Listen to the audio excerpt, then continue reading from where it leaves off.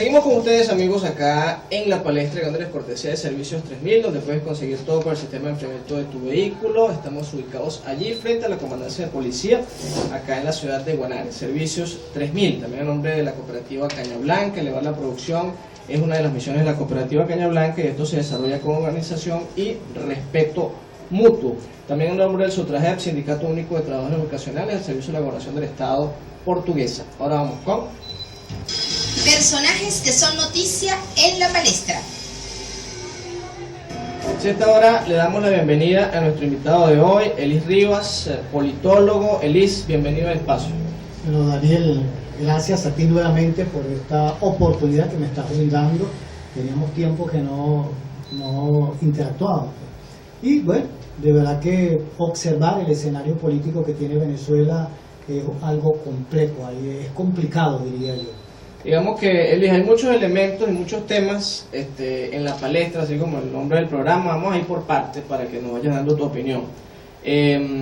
La noticia que destacó ayer tiene que ver con la reestructuración de la Mesa de Unidad Democrática, anunciada por el propio Jesús Chua Torrealba. En este inicio de año ha habido mucho ruido dentro de la Mesa de Unidad Democrática. Hay quienes dicen que el gobierno propició esto y logró su cometido, o sea, enfrentar a los factores que están dentro de la Mesa de Unidad Democrática para debilitarla y tener un oxígeno político. ¿Cómo evalúas tú ese tema de la Mesa de Unidad? Mira, yo recuerdo que, si la memoria no me falla, a finales del año pasado me entrevistaron en la televisión y justamente uno de los aspectos fue lo del tema del diálogo.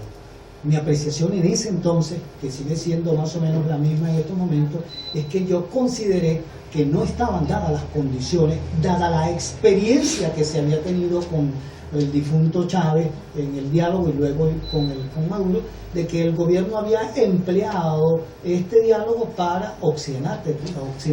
Tú lo acabas de decir ahorita. Entonces, igual, no estaban dadas las condiciones en estos instantes para eso. Claro, hubo una solicitud por parte de los miembros de la oposición ante el Vaticano, que llegó tarde la respuesta, y entonces, bueno, se vieron entrampados a aceptar la presencia del Vaticano aquí, pero que a mi modo de ver no servía ni sirve para nada en estos momentos el diálogo. ¿Por qué? Bueno, porque hay un conjunto de condiciones establecidas. Me parece que los representantes del gobierno tienen un característico olvido, y que en todos los medios de comunicación salieron reseñadas las exigencias que estaban. Las exigencias no se han cumplido. Desde la presencia de los presos políticos, que así sea el juego semántico, que no hay presos políticos sino políticos presos, lo que sea, pero igual hay una gente allí que está detenida por opinar totalmente distinto al gobierno. Pero fíjate tú, esa situación nos da a nosotros una idea de lo que se está presentando. Si tú no respondes a esas exigencias por la medida pequeña, entonces pues ¿cómo me puedo sentar yo contigo? Luego se sueltan 2 o 3 y meten 5 o 6 más. O sea, mira, eso no facilita ni adulcora la opción para que yo me sienta a conversar contigo. Ahora, ¿tú crees que las condiciones dadas para el diálogo pudieran ser cuáles? Mira, que se cumplan ciertas cuotas, ciertos compromisos. Te pregunto eso porque la simple presencia del Vaticano le daba cierta, digamos, garantía a la Mesa de Unidad Democrática de que lo que se pudiera conversar allí se pudiera cumplir. Claro, pero no en el momento cuando el gobierno lo decidió. Recuerda que eso hacía meses atrás que la oposición lo había solicitado. O sea, se hizo cuando el gobierno quiso. Se hizo cuando el gobierno quiso, eso es lo que quiero darte a entender. Entonces, bueno, lo que permitió esto fue oxigenar al gobierno, permitir que el gobierno esté donde está. Pero ¿tú no crees que si la oposición, en este caso la Mesa de Unidad Democrática, se hubiera negado al diálogo en ese momento, no hubiera quedado peor que como está? Recuerda que nosotros estamos tanto dentro del contexto de la oposición como del gobierno. Hay operadores políticos que opinan desde el punto de vista político, pero la realidad nos muestra que se hubiese sido preferible quedar mal y plantearle al Vaticano, que hoy mismo han reconocido que se perdió el tiempo. Entonces, miren, no están dadas las condiciones, pero no hubo nadie que le dijera, mire, no están dadas las condiciones, sino que todo el mundo obedeció. Por eso es que se dice que dentro de la misma Mesa de la Unidad hay quinta columna. O sea, que están jugando, hay gente interesada y que esto se diera para oxigenar al gobierno.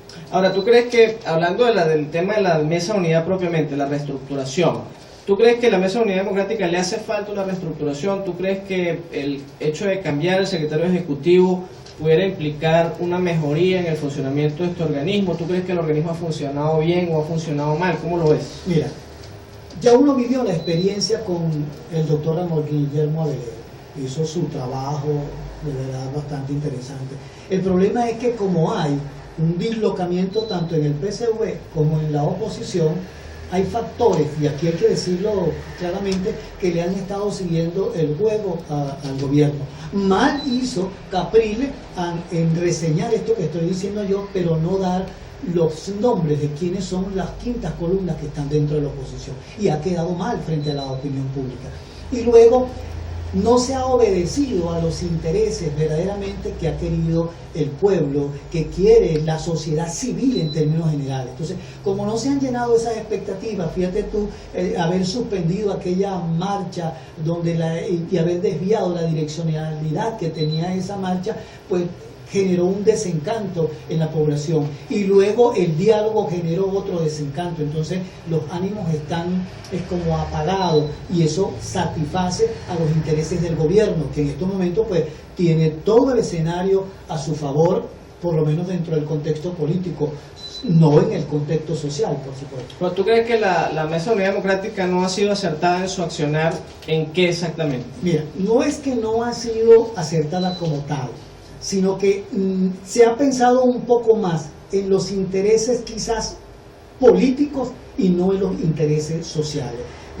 Yo siento que cuando Ramos Alud dijo que en 6 meses se salía del gobierno, y ese fue el discurso manejado de la presencia de Maduro, eso indudablemente que pudo haber sido una opinión particular que pudo haber dado Ramos Alud en el partido. Claro que no debió haberlo dicho allí, porque ese no es el centro neurálgico de la Asamblea Nacional. Pues fíjate que no estoy defendiendo a Ramos Alud, pero él lo que dijo fue que en 6 meses iban a presentarle al país un cronograma de salida, no que en 6 meses iban a salir. Eso lo han repetido los factores de la revolución, para decirlo en términos coloquiales, rayar a Ramos Alud. Pero igualmente asomó esa posibilidad y se prestó para eso. Cuando la Asamblea Nacional, que ha sido una de las grandes equivocaciones, en una apreciación particular que tiene Luis Rivas, de que se ha cambiado la dirección y el objetivo fundamental de la Asamblea Nacional. O sea, la Asamblea Nacional no está para tumbar gobierno, la Asamblea Nacional no está sino para legislar. Pero han legislado, ¿no? Se han sacado varias leyes. Vamos a suponer que ha legislado. Me parece que no les han dado cabida. También eso, pero que se ha concentrado en otras cosas y ha servido también un poco más con una direccionalidad política y no legislativa. Fíjate, hemos hablado de la mesa de unidad, hemos hablado de este lado de la barrera. Ahora, hablando del otro lado de la barrera, analizando el otro lado de la barrera, anteayer dio unas declaraciones Jorge Rodríguez, una especie de comunicado, donde manifestaba que el diálogo se mantiene, que se siguen dando conversaciones no públicas, pero sí privadas, con representantes de la oposición, para llegar a algunas concertaciones importantes. ¿Cómo ves tú esto? Ayer se dio Chugo Torrealba y algunos representantes de la Mesa de la Unidad declaraciones donde desmentían esa comunicación al gobierno. ¿Tú crees que quién miente allí? Yo siento que el gobierno siempre... Es el gobierno el que miente. Manipula entonces. Manipula el gobierno hasta ahora. Pero el presidente dijo que iba a presentar videos si era necesario. Es la misma estupidez que durante 17 años han tenido. Chávez lo hacía al principio y ahora lo hace Maduro y nunca presentan nada. O sea, es simplemente el juego político que tienen, y entonces pues el gran ganador en estos momentos frente a esa opción del diálogo ha sido el gobierno. Un diálogo que no ha sido direccionado como tiene que ser. ¿Qué ha ganado el gobierno con eso? Oye, mira, oxigenarse, no llamar a elecciones, tener como excusa que como viene el diálogo, suspender el referendo revocatorio, que como se está en diálogo no hay elecciones regionales, no hay elecciones municipales, no hay elecciones de Consejo Legislativo, que por supuesto, como los números no le dan, ellos se escudan detrás de la pared del diálogo. Ese punto es importante, los números no le dan. Las encuestas manifiestan que el nivel de popularidad del presidente Maduro es muy bajo, y también el nivel de popularidad de la revolución es bajo. Entonces, si hablamos de ganar o perder, dentro de la dinámica o de la pugna política que hay en el país, el hecho de que el presidente se mantenga con una popularidad baja quiere decir que la oposición está ganando en ese sentido, ¿no?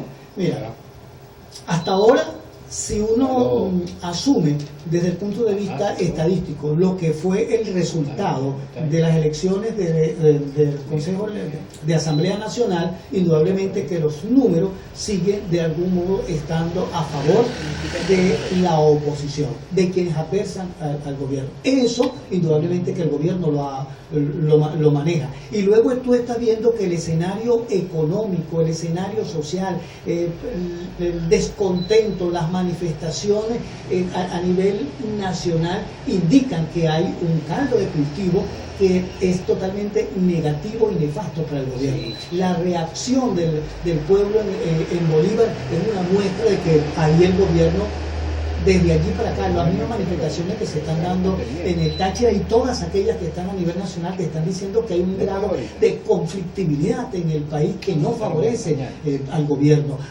Además del problema del desabastecimiento, el problema de la inseguridad. Mira, todos estos factores están en contra del gobierno. O sea, ¿cómo pudieras tú pensar que en un escenario electoral normal tú puedes ganar una Ahora, Liz, el gobierno de alguna manera se planteó una estrategia también política aprovechando las instituciones que maneja, en este caso aprovechando su afinidad con quienes dirigen el Poder Judicial, aprovechando su afinidad con quienes dirigen el Poder Ciudadano, aprovechando su afinidad con el Ministerio Público y por supuesto manejando lo que es el aparato del Ejecutivo Nacional. Esa estrategia que ha desarrollado el gobierno para dilatar muchas cosas, llamando a la paz, manifestando que antes que hacer mediciones electorales hay que resolver los problemas del país, le ha dado resultados y han sido exitosos en ese sentido. ¿Tú cómo le evalúas? Indudablemente, porque es que él tiene un propósito. O sea, ¿tú ves que sí han estado claros en lo que quieren hacer? No sé si han estado claros, lo que sí te puedo decir es que les ha dado el resultado. A tal extremo que uno puede decir, aquí no podemos hablar de democracia. Tú no puedes decirme a mí que hay una autonomía de poderes, como lo decía el presidente ayer, cuando das una orden y estás viendo lo que hace el Tribunal Supremo de Justicia, lo que hace la Defensoría del Pueblo, lo que se está haciendo indudablemente desde el CNE, que yo creo que hay un conflicto tan extraordinario allí de subyugación de un poder hacia otro poder, cuando este poder es autónomo, de que cuando el CNE le da y reconoce que los diputados del Amazonas tienen su credencial en la mano y que de pronto el Tribunal Supremo de Justicia pasa por encima de ese poder y tú ves el silencio cómplice del CNE que no se pronuncia una vez que él ya había emitido un veredicto. Todas esas cosas tú dices, bueno, mira, aquí no hay una democracia, aquí lo que hay es una dictadura, aquí hay un poder absoluto subyugado en una única figura que es la figura del poder ejecutivo. Entonces no hay autonomía.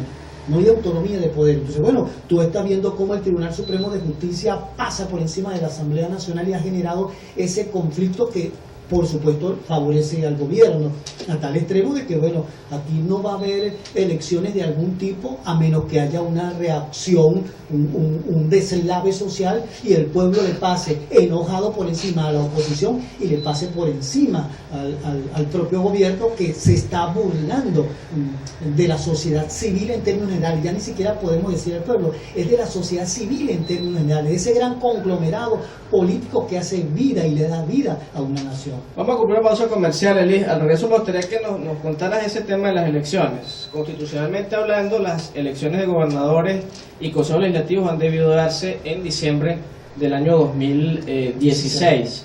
El CNE, antes de finalizar el año 2016, dio un adelanto de que pudieran haber elecciones en el primer semestre de 2017 y a final de 2017 en el caso de las elecciones municipales. ¿Cómo has visto el escenario? ¿Cómo has visto la dinámica en lo que ha transcurrido el año 2017 políticamente hablando?